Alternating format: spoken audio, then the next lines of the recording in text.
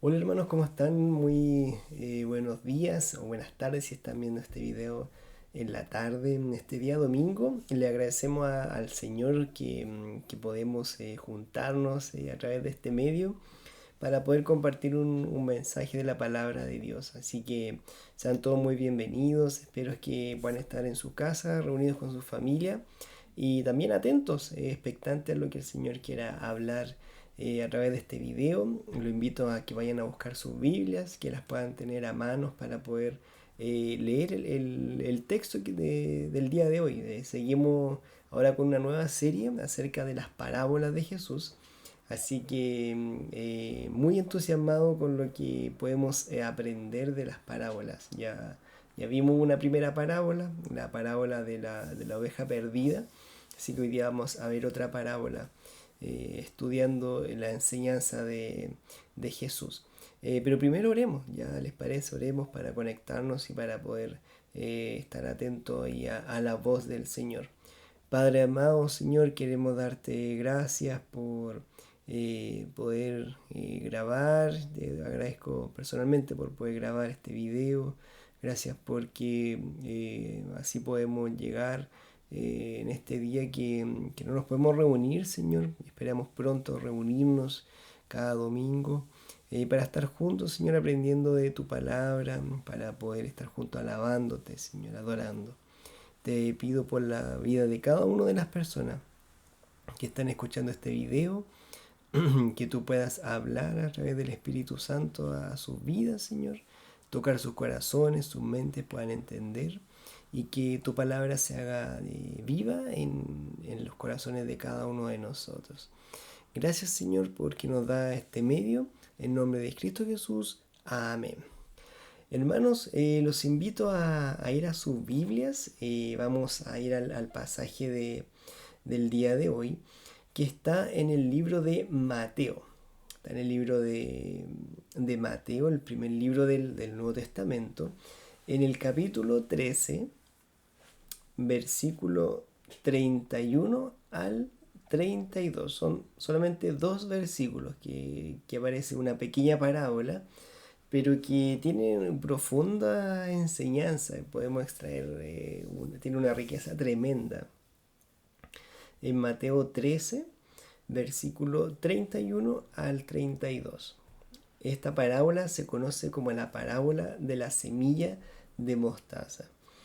Si yo te preguntara antes de leer el texto, ¿cuál sería tu plan, por ejemplo, idea un plan, si es que tú fueras, no, es como algo donde tenemos que ocupar mucha la imaginación, pero si tú quisieras anunciar un mensaje, si tú tienes el mensaje más importante que el mundo pueda escuchar, por ejemplo, descubriste algo, el mundo tiene que saber algo, una fecha, el mundo tiene que conocer cierta persona, hay algo en ti, un tesoro, algo que solamente tú sabes.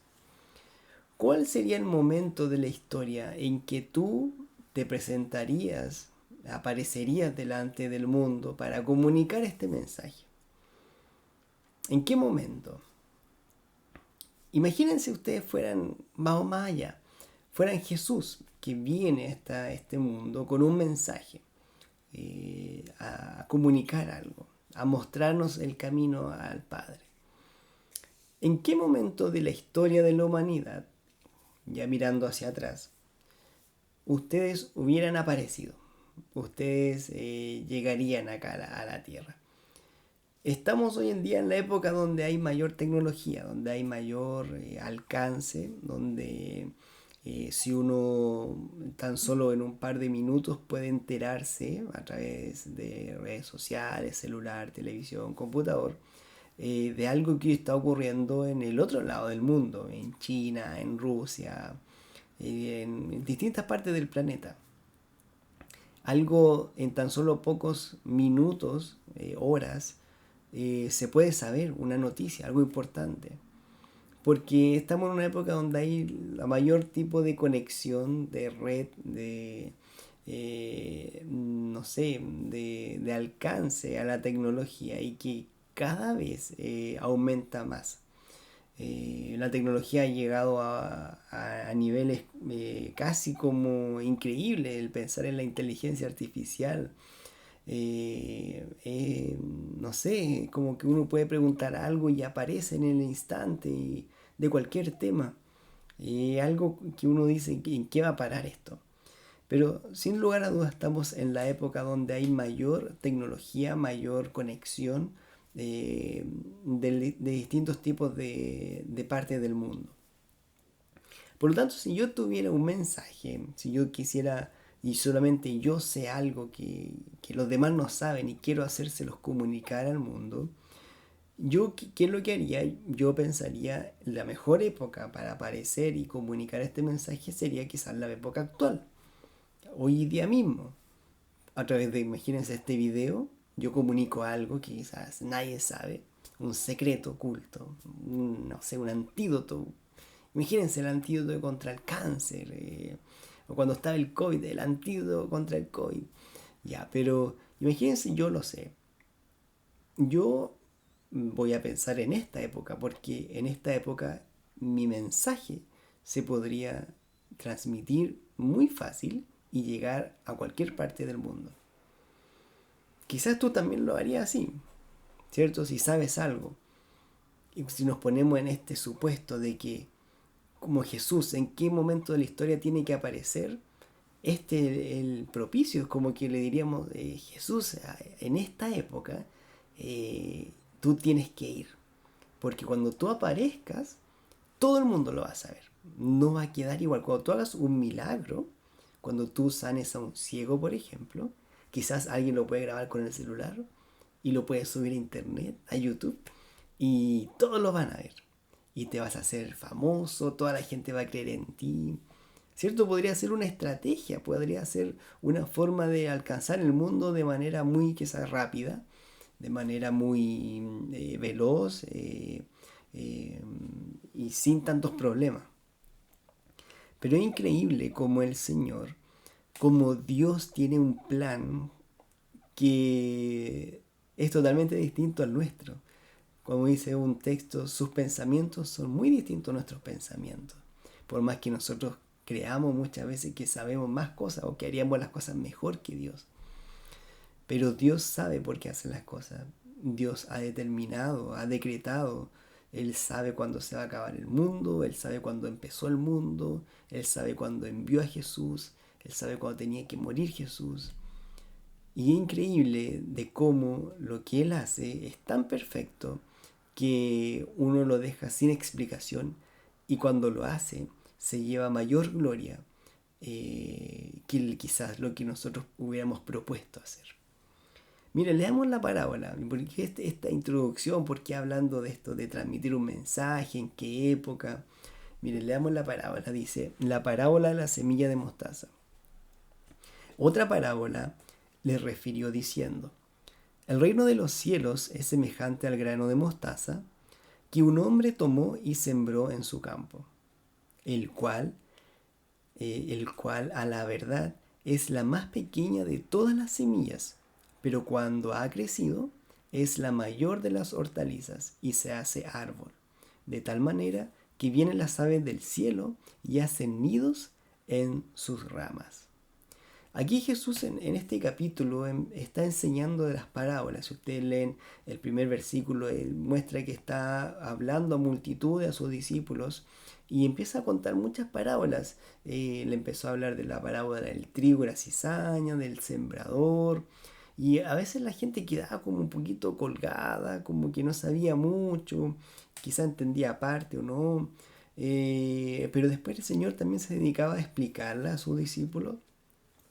Y el propósito de las parábolas era ese, que entendieran algunos, pero otros que no entendieran y quedaran quizás confundidos, porque no podría quizás ser el tiempo aún de entenderla, porque tenían que pasar cosas y porque el Señor también le quería mostrar esto a la gente de esta forma, enseñando de esta forma. Y uno dice, pero ¿por qué no fue más claro? Pero el Señor quiso enseñar de esta forma a través de las parábolas. Y como les dije la semana pasada, la parábola es comparar, ¿cierto? Comparo algo A con B, lo comparo, una situación X, una historia, lo comparo con una verdad espiritual, algo que tiene una relevancia espiritual. Y aquí el reino de los cielos, dice, es semejante, lo compara, es semejante al grano de mostaza. ¿Cuál es la característica del grano de mostaza? Ahí dice que el grano de mostaza es la semilla más pequeña de todas. Uno allá con estos tiempos hay mucha gente que dice no, pero aquí la Biblia se equivocó porque la semilla de mostaza no es la más pequeña, y eso es efectivo, no es la más pequeña, hay otras más pequeñas. Pero si uno se pone a pensar en el contexto donde vivía el Señor, en la tierra de Palestina, es justamente ahí donde la semilla de mostaza se sembraba y todo, y es la más pequeña, no había otra, no se conocía otra semilla. Por lo tanto, el Señor está hablando de lo que está viviendo en su contexto, que esa es la más pequeña, efectivamente, la semilla de mostaza. Y que increíblemente lo compara con el reino. Ahí vamos a ver como por qué. Y esta semillita tan pequeña, cuando se planta y empieza a germinar y a crecer, puede llegar a convertirse en un árbol muy grande, muy grande. Leí ahí que puede llegar a medir a 3 a 5 metros y que se hace muy fuerte, a pesar de haber nacido de algo tan pequeño como una semilla de mostaza. ¿Cuál es la comparación o cuál es la enseñanza de esta parábola? Y aquí también va la introducción. El pueblo de Israel estaban esperando a un Mesías. Se le había prometido en el Antiguo Testamento un Mesías. Que ese Mesías lo iba a liberar, que ese Mesías lo iba a ayudar, que iba a ser prácticamente el rey de ellos. Y el pueblo de Israel en su historia sufre mucho lo que es el cautiverio, que lo gobiernan otros pueblos y son derrotados, pero eso es producto de su desobediencia, de su pecado. Por lo tanto, su expectativa era que el reino llegara en algún momento, llegara este Mesías, alguien que se prometió, esta figura importante, y que lo iba a liberar y iba a llegar con su reino y iba a ser prominente a Israel. Y cuando aparece Jesús, ellos no le creen a Jesús por lo mismo, porque como si Jesús era este Mesías, viene ahora, no sé, y con enseñanzas raras que no todos entienden. De repente le decía a las personas, ¿ustedes se quieren ir? Y le invitaba a irse. O solamente llama a 12. ¿Y por qué no llama al tiro una multitud? ¿Por qué era así? Y ellos no lo entienden, ellos esperaban un gobierno que derrotara al imperio romano y ellos subieran y por fin fueran libres. Pero fíjense que el reino de Dios es distinto a cualquier tipo de reino de este mundo. El reino de Dios, aquí, cuando llega Jesús a la tierra y parte esta dispensación que se le llama, o este periodo de tiempo que es de la iglesia, parte con algo pequeñísimo, pequeñísimo. Un hombre, un carpintero, que nació en un pueblo pequeño, ni siquiera en la gran ciudad, en un pueblo pequeño, en Belén, empieza a predicar junto a un par de personas, 12 personas.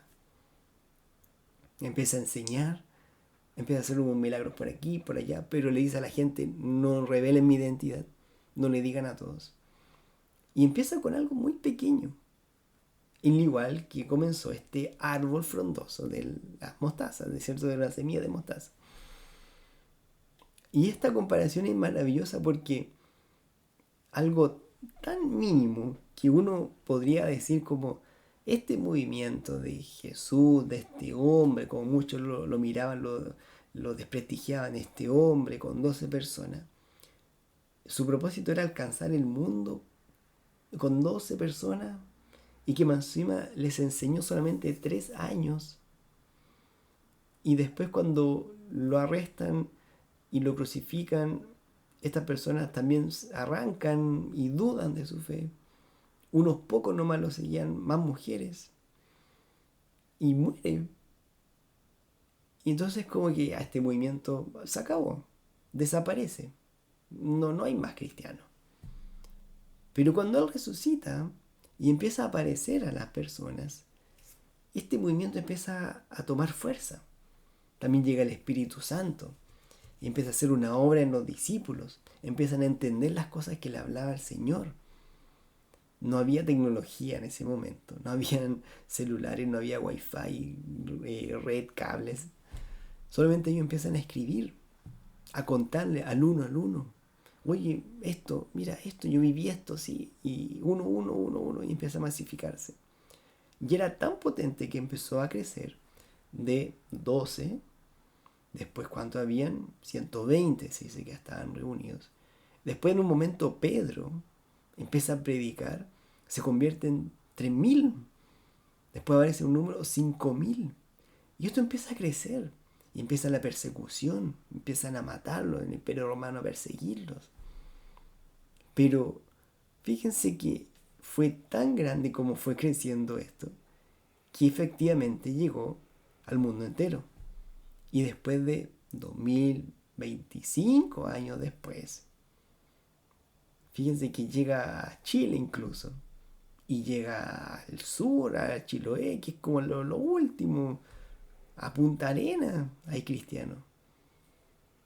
Y así como en todas partes del mundo se ha escuchado acerca de Jesús. ¿Cómo algo tan pequeño se masificó tanto con paciencia y fue divulgándose, se fue de distintas formas? Se trataron de eliminar a los cristianos. Cuando aparece en la Biblia, se tratan de quemar las Biblias, hacerlas desaparecer y se convierte en el libro más vendido. ¿Qué es lo que habrá pasado ahí? ¿Es como suerte? ¿O quizás realmente está Dios detrás de todo este movimiento? Eso es efectivamente. Dios está detrás de todo este mover, que si uno se pone a mirar, dice, wow, realmente Dios preserva, Dios cuida a su pueblo, Dios cuida su mensaje y Dios se glorifica a través de esto, de que algo tan pequeño como una enseñanza, como que esta parábola que la dijo quizá a un par de personas, la podamos estar incluso leyendo nosotros hoy en día.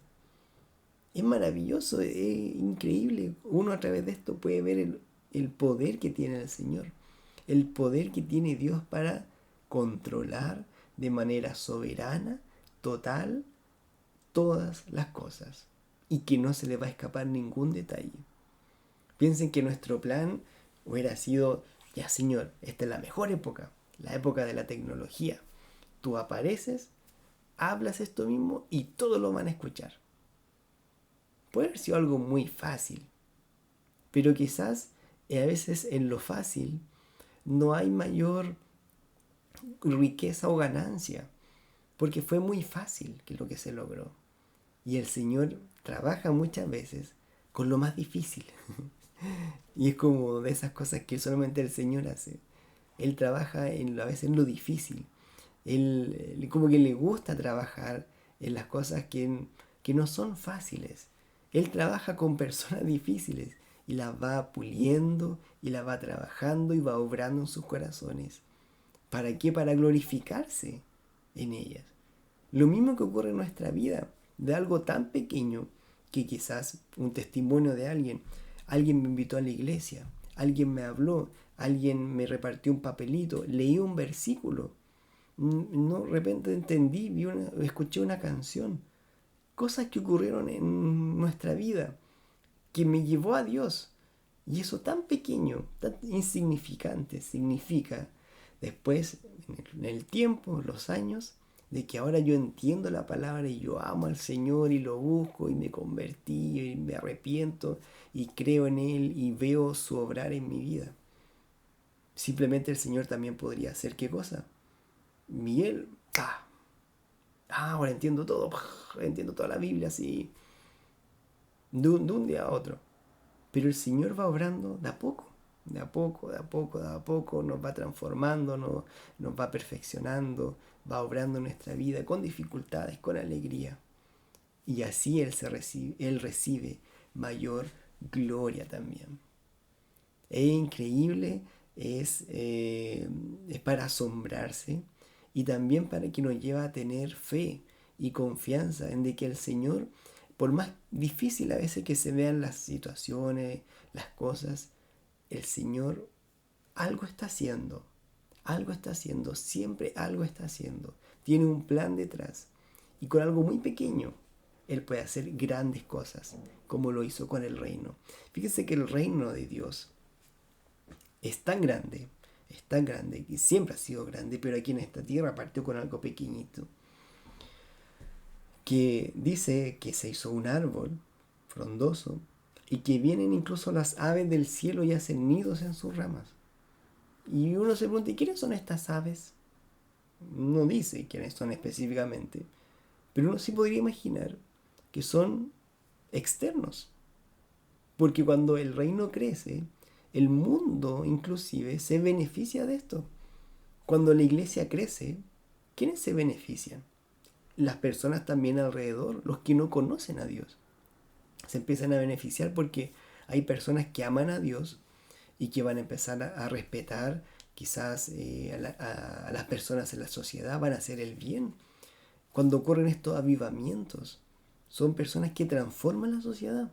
Cuando ocurren los grandes avivamientos en la historia, estas personas, en la sociedad se transformó de tal forma que se crearon universidades, se crearon orfanatos, se ayudaron a los pobres, a los alcohólicos, y en distintas formas porque el reino crece y todo como es tan frondoso y la sombra cae para muchas personas, y aunque no crean en Dios, ellos van a ser beneficiarios de la gracia de Dios, como estas aves, que ellos no hicieron ningún trabajo acá, no plantaron esa semilla, pero se están beneficiando de este maravilloso árbol que es el reino. Yo quiero animarte a través de esto que tengas fe en el Señor, que tengas fe en lo que Él está haciendo en tu vida. A pesar de que a veces te cueste entender, a pesar de que a veces se te haga complicado, a pesar de que a veces estés dudando, confía en el Señor, en los procesos del Señor. También que tengas fe en lo que Él está haciendo en otras personas. Que tú puedes sembrar algo muy pequeño, una palabra. Puedes estar orando, puedes estar haciendo quizás algo que es insignificante para los demás. Pero el Señor eso lo puede transformar en algo grandioso, en algo maravilloso. Simplemente por su poder. Y así Él recibe la gloria. No somos nosotros. Si nosotros hiciéramos grandes cosas, ¿para quién sería la gloria? Nosotros mismos, en nuestro pecado, nos gloriaríamos. Seríamos egocéntricos. Pensaría, yo lo hice, sí, yo prediqué de esa forma, sí, yo le hablé a esta persona. No, siempre el Señor es el que hace la obra. Nosotros simplemente somos obreros, trabajamos para Él, le obedecemos, pero Él hace la transformación de cada cosa que ocurre. Él hace la transformación. Así que esta es la parábola de la semilla de mostaza, de que algo muy pequeño que nació con Jesús, aquí en esta tierra, con un grupo de discípulos, que comenzó ahí la iglesia de a poquitito a formarse en esta época. Fíjense en lo que se llegó a convertir con los años. ¿Quién lo hubiera pensado? Que de 12 hombres, más encima uno lo traiciona, de 11 hombres, pero utilizados por el Señor, hombres apasionados por el Señor, llegaron efectivamente a lo que el Señor les dijo: id y hacer discípulos a todas las naciones. Y se está logrando y se está llegando cada vez más. Hay mucho trabajo obviamente para hacer. Hay tribus que no conocen al Señor. Hay etnias que no tienen la Biblia en su idioma, en su dialecto. Por lo tanto, hay mucho trabajo por hacer. Pero uno ve la historia y puede ver que está la mano de Dios obrando en cada una de las cosas que ocurren. Es maravillosa, es para sorprenderse y también es para darle la gloria a Dios de quién es Él y quién es nuestro Padre y quién está con nosotros. Así que lo invito a orar. Señor, muchas gracias por esta parábola, Señor, que nos muestra tu poder, nos muestra cuán grande eres, Señor. Nos muestra lo poderoso, lo maravilloso que tú eres. De algo tan pequeño lo puedes transformar en algo tan grande. Tú eres, Señor, grande, tú eres poderoso.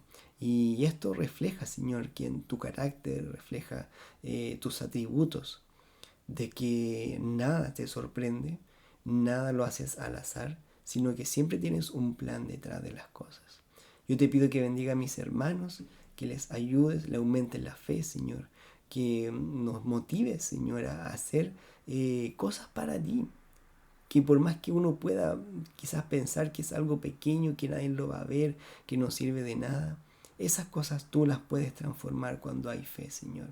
Te pido que obren mis hermanos para que ellos sean valientes al evangelizar, que se animen a hablar a las personas de ti, que se animen a hacer cambio en su vida, que a tomar decisiones, a orar más por otros, a querer congregarse cada día, a querer crecer, estudiar.